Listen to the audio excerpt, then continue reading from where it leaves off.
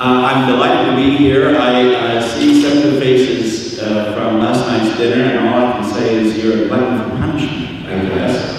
But I'm delighted to be here this morning. I think for my opening remarks, I will just share a little bit about what I think I'm trying to do. And I believe it will have some resonance with some of what some of you are trying to do, which is to have a family feud with the religious faith community of which we are a part.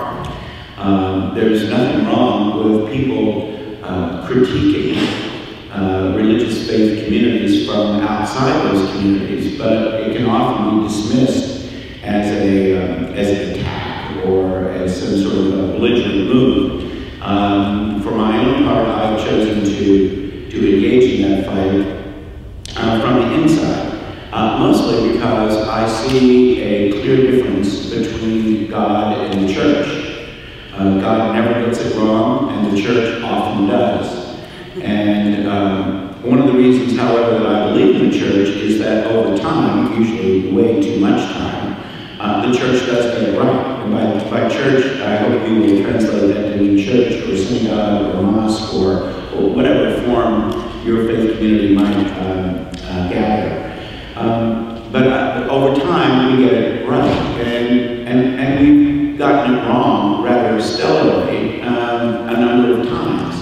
As I mentioned last night, the most glaring, obvious example is the faith community's stance on slavery, which was, generally speaking, supportive of the institution of slavery and using Scripture to justify that claim. In fact, the Episcopal Bishop of Vermont wrote a book justifying slavery using Scripture a year after the Emancipation Proclamation.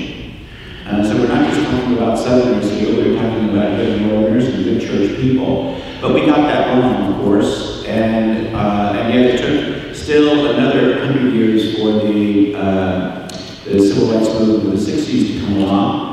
And even when we got the Jim Crow laws off the books, it didn't mean an end to racism by any stretch. I'm also proud to point out, of course, that the church was very active in that abolition movement of the mid-19th century.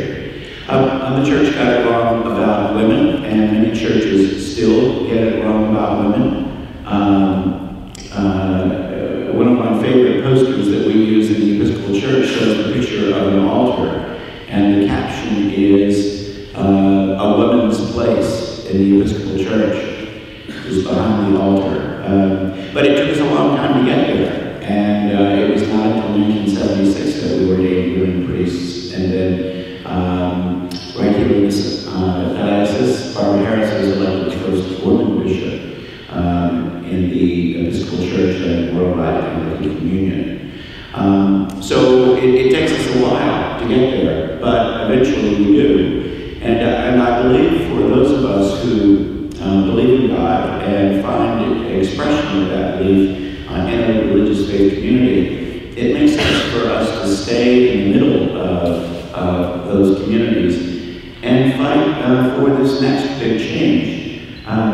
You know, sometimes we dread all of this controversy and turmoil, but I actually, I mean, it's a good thing. I think it's a good thing, since I'm in the middle of it. I think it's a good thing for us, and a privilege for us to be involved in this struggle. I mean, how exciting it is to be alive at a time when people of faith are struggling with the question, have we gotten it wrong about LGBT people all this time?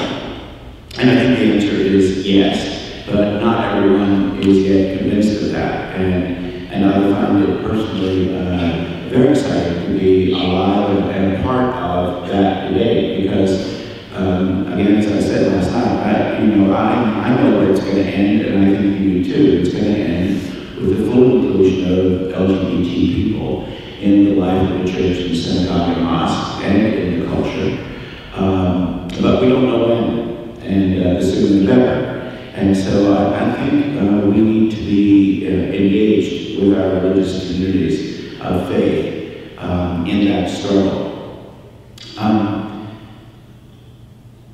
I also think that the church plays a remarkable role in the secular culture, and Jeff Stryker, the dean here, alluded to it in his remarks, which is that I think we can lay most of the resistance to our full equality at the feet of religious people.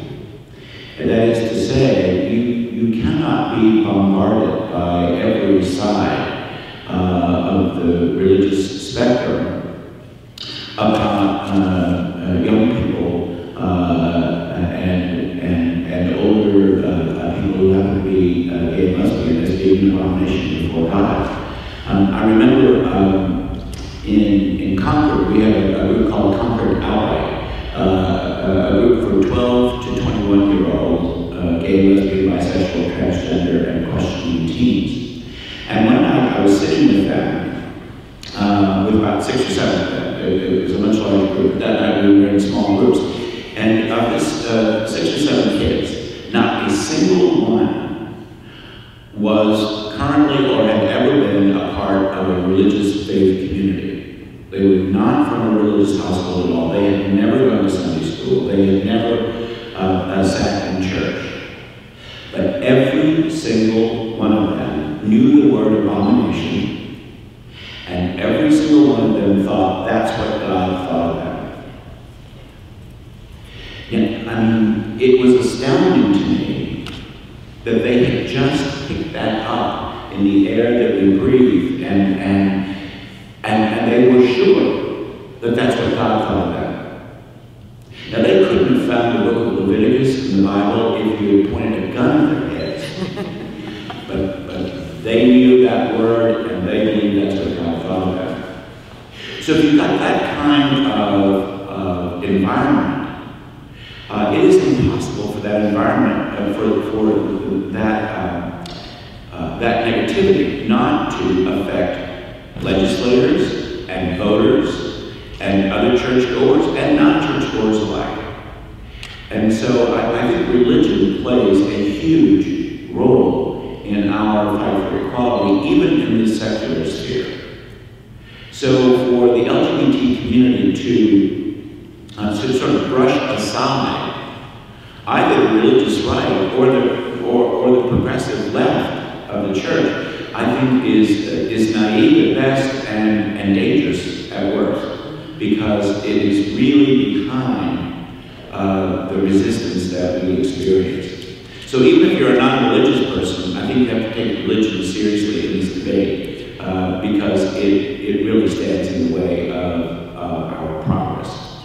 It's also, I think, important for those of us who are gay or lesbian, bisexual, or transgender, and religious, to come out about being religious. Sometimes I think it's easier to come out to your straight friends as being gay than it is to come out to your gay friends as being religious. And because we have let the religious right claim, at least for Christianity, claim the airwaves and the rhetoric around this issue. And I get really frustrated when, good Christian people just keep their mouths shut in the face of all that. And it's time that we took back that conversation and offer a different view from a religious perspective. So I hope that part of what we talked about this morning is how you, as if you are a person of faith, how you can be effective, not only just in your local